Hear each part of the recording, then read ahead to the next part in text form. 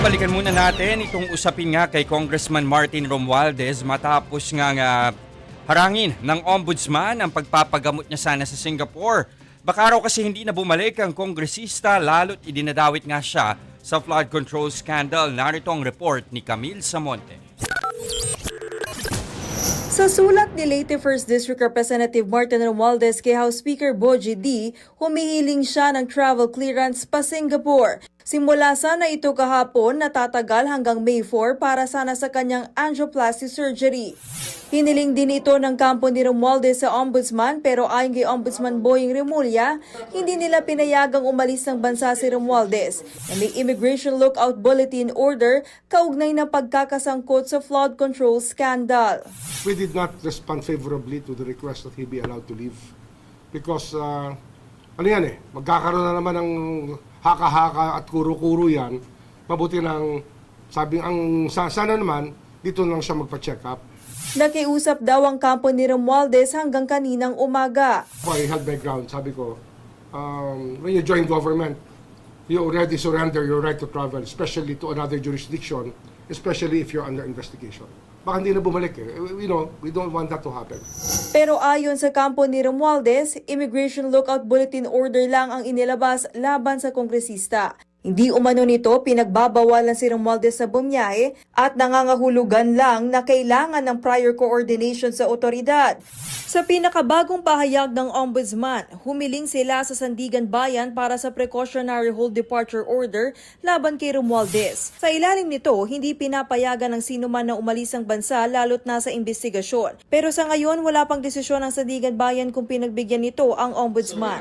Ayon pa kay Remulla, hinihintay na rin ng Ombudsman na maghain ang Anti-Money Laundering Council ng freeze order para sa ari-arian ni Romualdez. Pero ayon sa abogado ni Romualdez, wala pa silang natatanggap na abiso kaugnay ng aplikasyon sa freeze order. Kaya anumang pahayag kaugnay nito ay spekulasyon lang sa ngayon. Kabilang si Romualdez sa idinawit ni dating Ako Bicol Party List Representative Zaldico sa budget insertions. Naaresto si Ko sa Prague, Czech Republic noong isang linggo.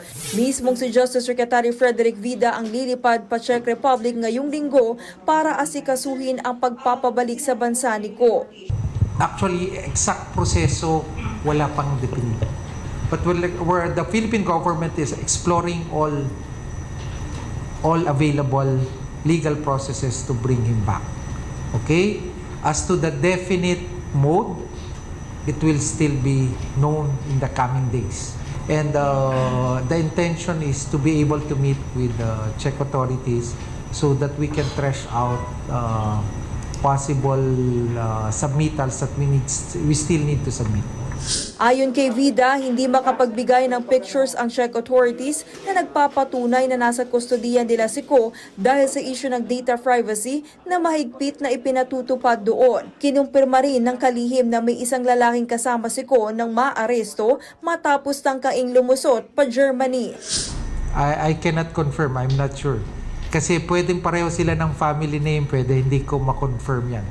At ayaw kong mag-speculate ng impormasyon kung ano. Ayaw ko rin nga banggitin ng pangalan, baka kasi, di ba, private individual, not accused in any of the cases that the already pending with the Philippine government. Nagbabalita mula sa Frontline, Camille Samonte, News 5.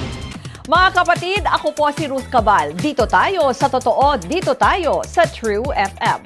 Mag-follow at mag-subscribe din po kayo sa aming social media accounts at True Network PH. Diyan po yan sa aming X na dating Twitter, sa FB, sa Instagram, sa YouTube, sa TikTok at sa mga podcast. At syempre, tutok din po kayo sa Signal True TV Channel 19.